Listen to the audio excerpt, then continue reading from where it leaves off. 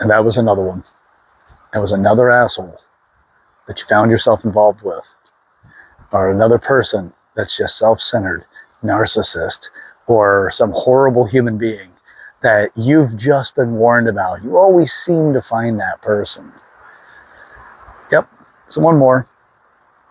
But have you ever noticed that when people tell stories about their life, they never make themselves the villain?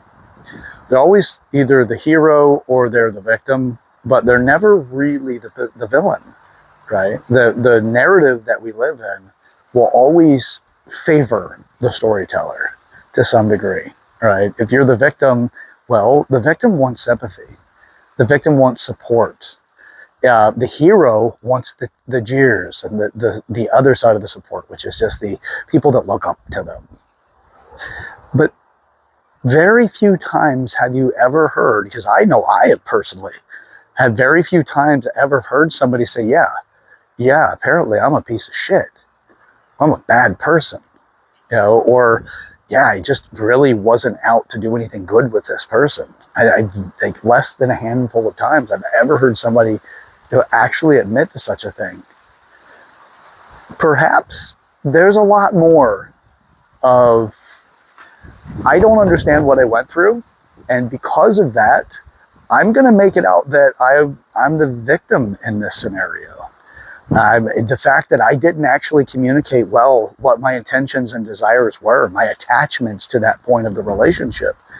And I'm going to just make it out that since it fell apart, the next natural thing to do is to try to get my pound of flesh, or to go ahead to all of the people that have my relationships with them and established relationships with this other person because I brought them in. And now I have to damage their reputation in order to ensure that my reputation and my relationships are continuously intact because of their loyalties to me, not to the person I brought into it, even if I'm the reason why the relationship fell apart.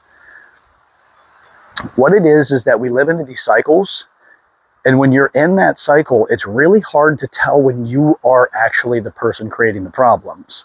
So what do? We spend all of this time figuring out a way to make the other person wrong, because that's how it helps facilitate the narrative, so that the relationships can hold themselves together that the person you have spent so much time establishing. No, the new person didn't spend all that time establishing it. You brought them in because you were hoping the person would fit however long, possibly the rest of your life, or you didn't think that far. You just thought, hey, this person's amazing. This could be my forever person, my person, right? Whatever language you want to use for the title values of ownership that you want to put on them. And then it's like, hey, get used to my friends. And these are the people that are going to be involved in your life moving forward. And then the establishment of the fallout, which is, yeah, it didn't work out for these reasons. And this is why, because it fits these things. And I seem to always find that type of person. Well, I got to tell you, any detective will tell you as well, that if you constantly seem to find yourself at the scene of the crime, you're probably the person causing the crime. You just don't necessarily have to be the person that is the all-out villain with a German accent, or whatever way you want to coin or codify the villain, right? The villain can also be the sweet, innocent-looking person, the wonderful and just absolutely just caring human being. There's people that are referred to as angels of death, people that kill people in nursing homes, and it turns out, it's the healthcare person or providers. And, the villain is not always, this red-horned mastermind, villain, a devil guy. It's also the person that doesn't realize it, because you're interlocked with ignorance, because your narrative stops you from seeing anything further. Now, if you want to find out more and you want to be able to get outside of these nonsensical ideas, or the ideas that are actually causing you your problems, and if this video offends you, it's a pretty good chance I'm talking to you. And if you want to free yourself of that offense and the problems that come with it long term, check it out. Tune into the Maturity Project. Follow with us in this process. Now, I'm not going to make you to be the enemy. It's the awareness that most of our problems in lives are caused by ourselves. We cause our problems. And if you don't have an addiction for growth that says, I'm going to be unwavering in my responsibility for the actions that I've been involved with in my life, you will be offsetting your power, and you will be giving away opportunity for growth every single time you do it.